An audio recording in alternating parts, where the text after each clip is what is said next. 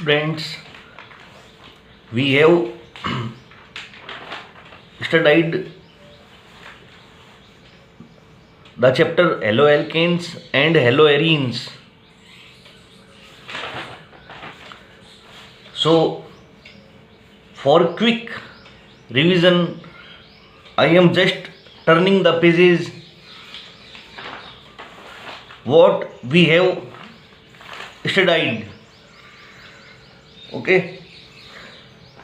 First of all is classification, then nomenclature,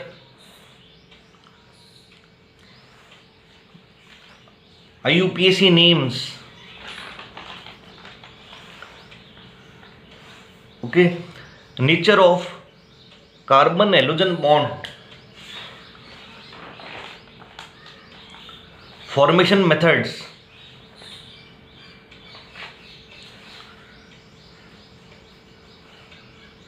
and formation methods of haloarenes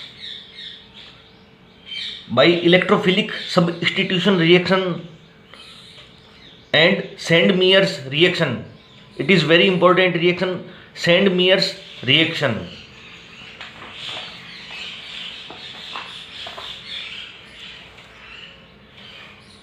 These in-text questions are also very important because normally questions are asked from these in-text questions. Physical properties,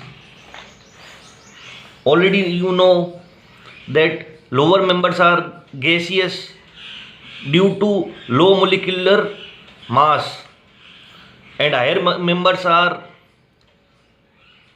in liquid state, and further more higher members are found in solid state. Okay, boiling points. Here question arises of boiling point, more branching, less boiling point. This concept should be in your brain. More branching, lower boiling point, as N-butane have boiling point of 375 Kelvin. It is some branched, then boiling point is 364 Kelvin, and more branching than this structure. So boiling point reduces to 346.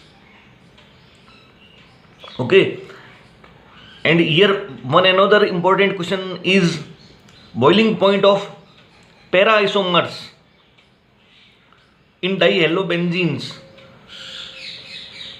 But para isomers have high melting point. Boiling points are similar, almost similar. Boiling point is for orthochlorobenzene is 453. Meta position it is 446 Kelvin, and for para position it is 448 Kelvin.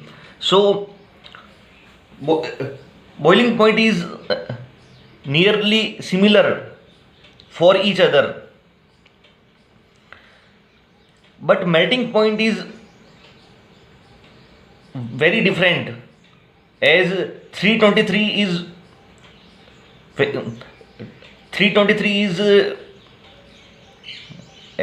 more than 256 Kelvin.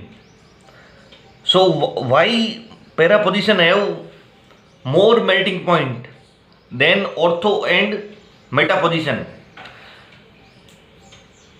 Due to symmetric structure, molecules of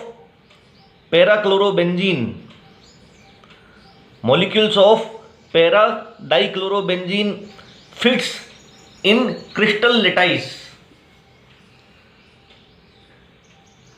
and due to this arrangements the melting point is higher than ortho and meta isomers. means symmetry plays an important role. Due to symmetry fits in crystal lattice and make a strong structure, and melting point increases then ortho and para isomers, ortho and meta isomers.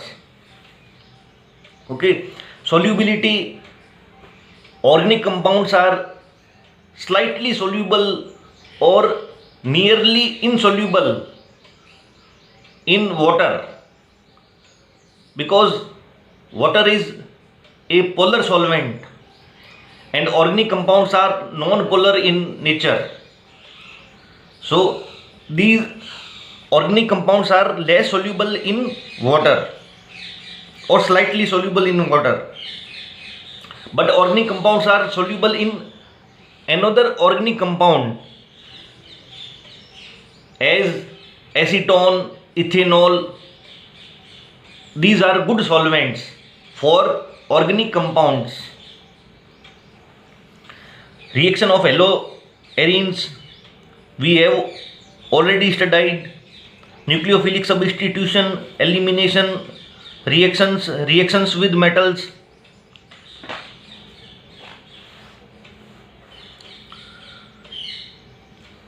As we know, carbon halogen bond is a polar bond, have polarity because carbon is less negative than attached halogen group. So nucleophile replaces the halogen. Okay, this table is very important because questions are framed from this table and students generally ignore this table because they don't react with equation form. So you should write equations for each and every reagent and write products, because last year one question was asked, when haloalkanes reacts with NH3, what or which product is formed? Then most of the students were saying that this reaction is not in our book, but it is clearly in this table. So you should write reaction of each reagent and write products and its name. Don't write just as a table. You should write complete reactions in your notebook and learn. Ambidentate ligands, very important question. It is also in chapter number 9 of first book. So ambidentate means such a species which can be joined with carbon atom by any of atom, means जैसे बच्चों cyanide species है एक, okay, cyanide is an example of a species. It can be connected from carbon atom, from carbon of cyanide, and it can be connected by nitrogen. So it can be joined by through carbon or through nitrogen. Such type of species are called ambidentate species. Similarly, nitro NO2 group is also ambidentate species or ambidentate nucleophile. So you should learn what is meaning of ambidentate species and how can it connected from carbon atom.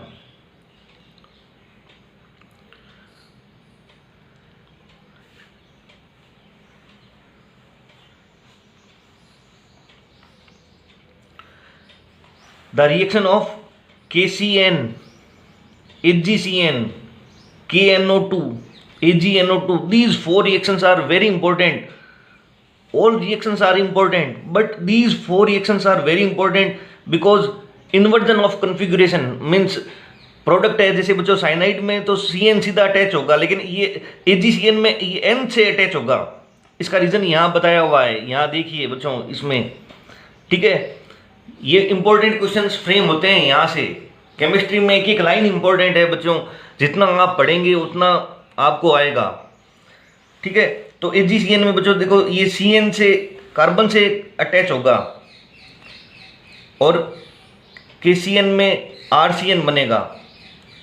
इसी तरह से बच्चों just फिर इनका opposite होगा, यहाँ पर KCN में ये N से अटैच हो रहा था तो ये सीधा सीधा अटैच होगा यहाँ पर KNO2। यहाँ पर CN सीधा बन रहा था तो NO2 में ONO बन जाएगा, और Ag में NC बन रहा था तो यहाँ पर AgNO2 सीधा सीधा बनेगा। मतलब एक एक रिएक्शन इन दोनों की इनवर्स है, ओके।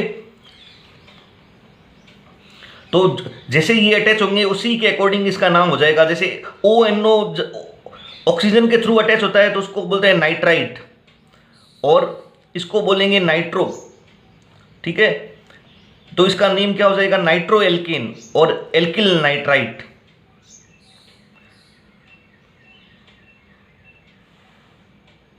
जब नाइट्राइट लिखा हुआ आएगा तो ऑक्सीजन के थ्रू अटैच्ड होगा, और नाइट्रो आएगा तो मतलब नाइट्रोजन से अटैच्ड है, इसलिए इसका नाम नाइट्रो हो जाएगा।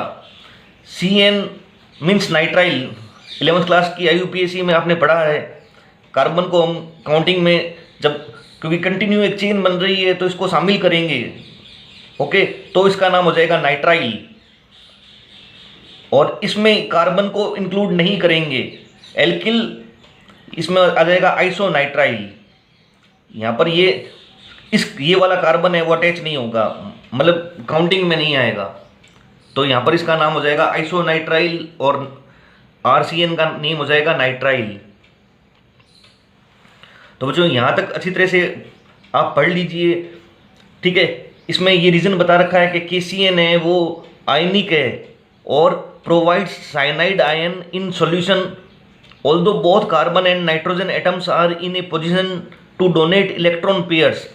तो बच्चों KCN है वो कैसा है, नेचर में आयनिक, और जब इसको किसी सॉल्यूशन में डिसॉल्व किया जाता है तो ये किसी भी एटम से ज्वाइन हो सकता है, कार्बन से या नाइट्रोजन से। But the attack takes place mainly through carbon atom and not through nitrogen atom. तो बच्चों ये कह रहा है कि कार्बन एटम से ही वो जुड़ेगा, नाइट्रोजन एटम से नहीं जुड़ेगा, क्योंकि इसका रीजन बता रखा है through nitrogen atom, since carbon carbon bond is more stable then CN bond.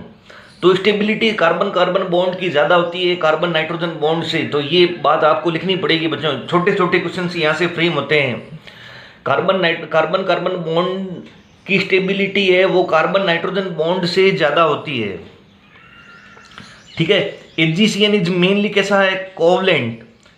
KCN है वो आयनिक है, और AgCN कैसा है, covalent in nature, and nitrogen is free to donate electron.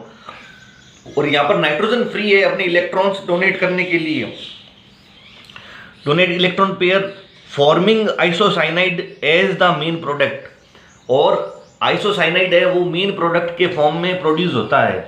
तो बच्चों ये छोटे छोटे क्वेश्चंस हैं, आपको अच्छी तरह से कर लेने हैं। यहीं से आपके एग्जाम में कहीं बाहर से क्वेश्चंस नहीं बनते हैं, इन्हीं लाइंस में से क्वेश्चंस आएंगे।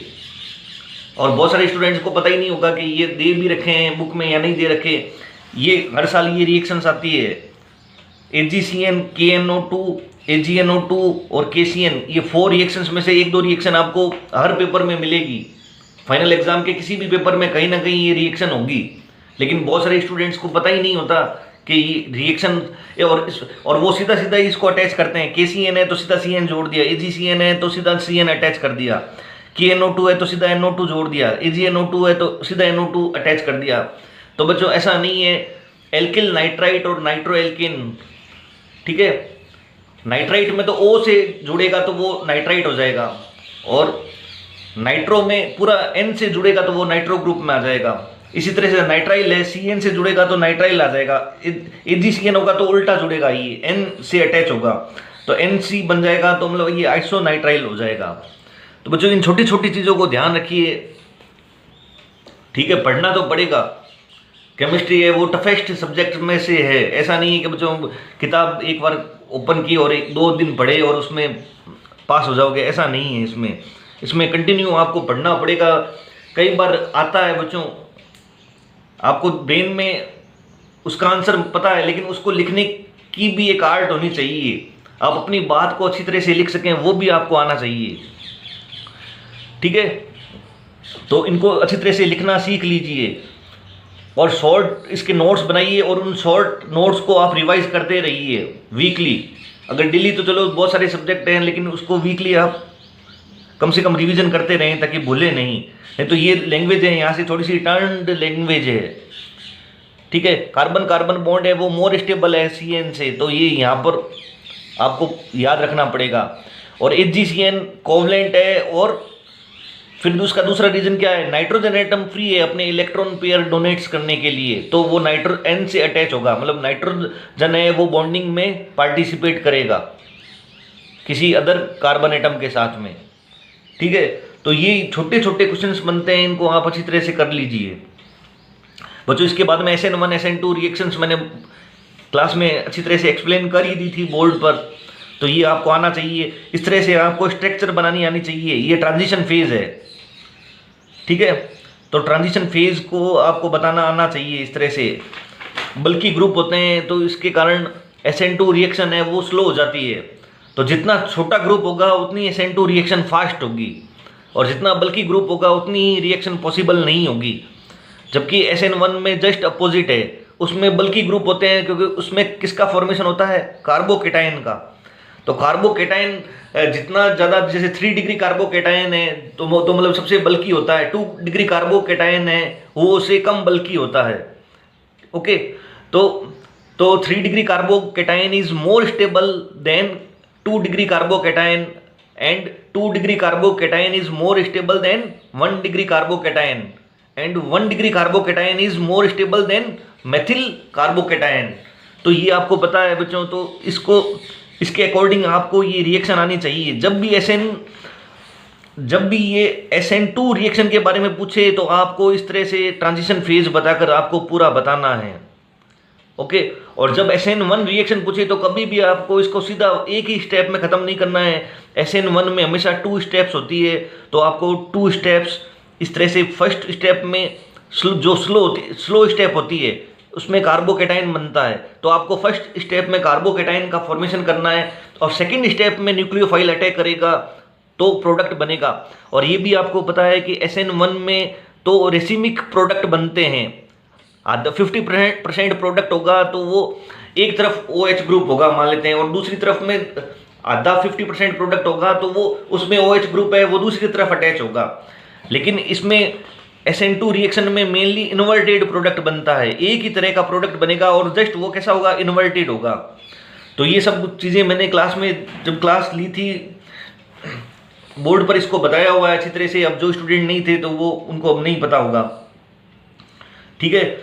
तो बच्चों और इसमें स्टेबिलिटी का भी ध्यान रखिए, जैसे 3 डिग्री 2 डिग्री 1 डिग्री ये मैंने आपको बताया, ये 3 डिग्री 2 डिग्री 1 डिग्री और मेथिल कार्बोकेटाइन ये तो SN1 को फॉलो करते हैं, उसमें 3 डिग्री मोस्ट स्टेबल होता है, तो 3 डिग्री वाला जो भी प्रोडक्ट होगा वो ज़्यादा बनेगा, ठीक है। और इसमें जस्ट उल्टा होता है, इसमें मेथिल फिर 1 डिग्री फिर 2 डिग्री और फिर 3 डिग्री, किसमें, SN2 में। मेथिल ग्रुप होता है वो छोटा ग्रुप होता है, इसलिए वो फास्ट रिएक्शन करेगा, ओके। और बच्चों हेलोजन एसिड्स की स्ट्रेंथ को भी हमेशा ध्यान रखिए।